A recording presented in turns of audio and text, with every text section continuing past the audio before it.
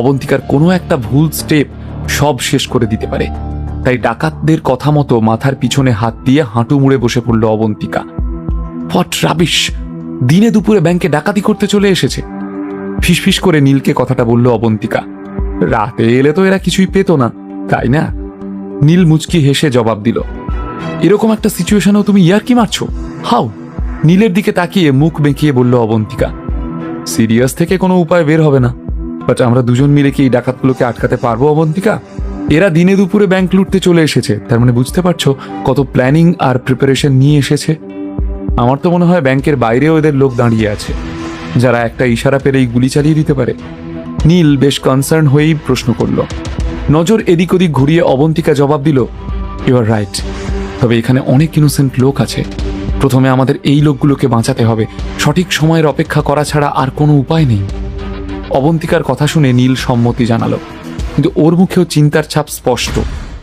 অবন্তিকা এবং নীল দুজনেই দেখতে পারছিল যে মানুষজন কতটা আতঙ্কে রয়েছে। সবার মুখ চোখ ফ্যাকাশে লাগছে দেখতে, সবার চোখে জল, হাত জোড় করে সবাই এখন ভগবানের নাম নিচ্ছে। সেই সময় সেই ডাকাত দলের সর্দার একজন ব্যাংক স্টাফের মাথায় বন্দুক তাক করে রাজীবকে বলল, তুই ম্যানেজার তাই না? আমাদের সঙ্গে কোঅপারেট কর, না হলে এই লোকটাই আমাদের প্রথম শিকার হবে।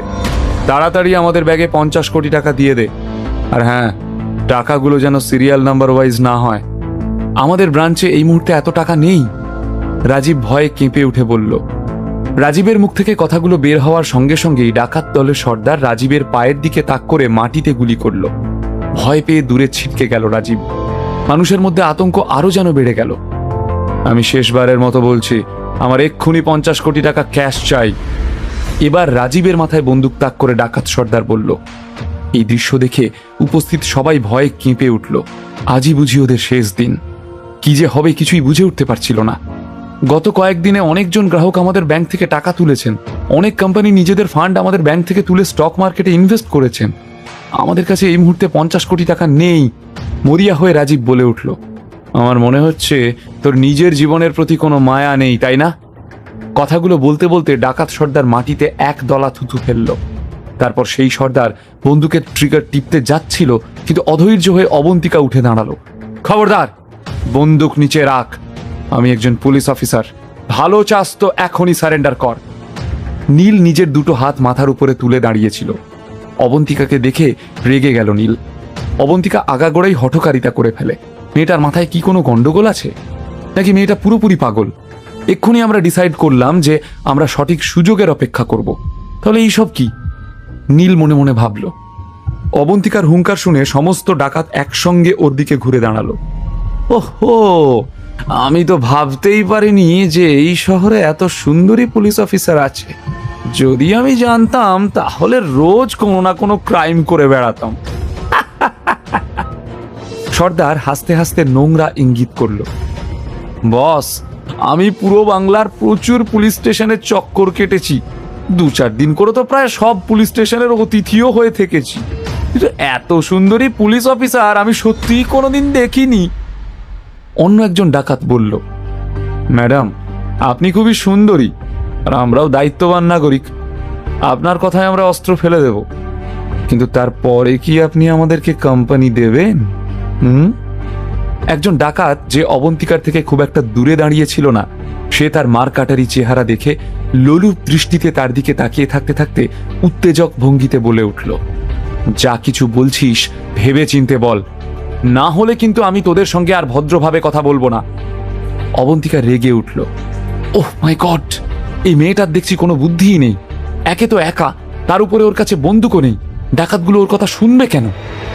নীল মনে মনে ভাবল। সেই সময় সেই নিষ্ঠুর ডাকাত সর্দার আবার বলল, এই তোরা দুজনে এদিকে আয়, ম্যাডামকে ভালো করে বেঁধে গাড়িতে তোল। টাকা পয়সা নেওয়া হয়ে গেলে আমরা এখান থেকে বেরিয়ে পুরো রাত ম্যাডামের সাথে মস্তি করব। সর্দার নোংরা দৃষ্টিতে অবন্তিকার দিকে তাকিয়ে রইল, কিন্তু অবন্তিকার মুখে কোনো রকম ভয়ের চিহ্ন লক্ষ্য করা গেল না।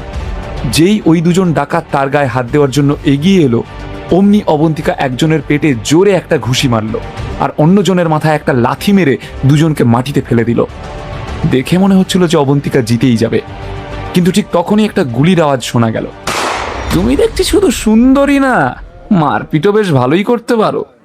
সর্দার মুচকি হেসে বলল, আজ আমি দেখতে চাই যে কে বেশি ফাস্ট, তুমি না আমার এই বন্দুক।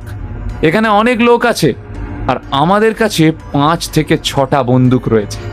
তো আমিও দেখতে চাই যে তুমি শেষ পর্যন্ত কতজন লোককে বাঁচাতে পারো। তোর মতো নির্লজ্জ বেহায়া লোক আমি আর একটাও দেখিনি। অবন্তিকা এত রেগে গিয়েছিল যে তার সারা শরীর কাঁপতে শুরু করেছিল। আদতে ডাকাত সর্দার ওখানে উপস্থিত সব লোকেদের জীবনকে হাতিয়ার করে অবন্তিকাকে ভয় পাওয়ানোর চেষ্টা করছিল। আর এত লোকের জীবন জড়িয়েছিল বলেই অবন্তিকাও কিছু করার সাহস করে উঠতে পারছিল না। তুমি এদিকে এসে ম্যানেজারের ফার্স্ট এডের ব্যবস্থা করো আর ওদেরকে আমার উপর ছেড়ে দাও, আমি দেখে নিচ্ছি। হঠাৎই নীল উঠে দাঁড়িয়ে কথাগুলো বলল। অবন্তিকা কি করতে চাইছে সেটা নীলকে বুঝিয়ে ওঠার আগেই নীল এক লাফে একজন ডাকাতের সামনে গিয়ে দাঁড়ালো। তারপর সেই ডাকাতের হাতে একটা জোরে লাথি মারলো। লাথি খেয়ে সেই ডাকাতের হাত থেকে বন্দুকটা পড়ে গেল আর সুযোগ বুঝে তার মাথায় ভীষণ জোরে একটা ঘুষি মারল নীল। সেই ঘুষিতে এত জোর ছিল যে লোকটা মাটিতে পড়ার সঙ্গে সঙ্গেই অজ্ঞান হয়ে গেল। এক ঘুষিতে লোকটাকে অজ্ঞান করে দিল। ওর গায়ে এত শক্তি! আমরা কি তাহলে এই যাত্রায় বেঁচে যাব?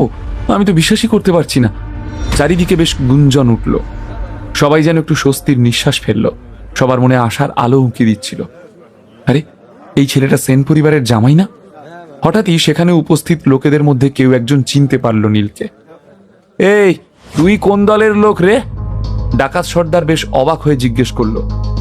আমাদের ভয় পাওয়ার কোনো দরকার নেই, ও একা আর আমরা এতজন। ডাকাত সর্দারের কথা শুনে মনে হচ্ছিল সে যেন নিজেকে নিজে আশ্বাস দেওয়ার চেষ্টা করছে। ঠিক বলেছ বস, শেষ করে দেবো ওকে। কথাটা বলতে বলতেই ডাকাত সর্দারের একজন চেলা তাড়াতাড়ি নীলের দিকে এগিয়ে এলো। তার হাতে ছিল একটা লম্বা চাকু।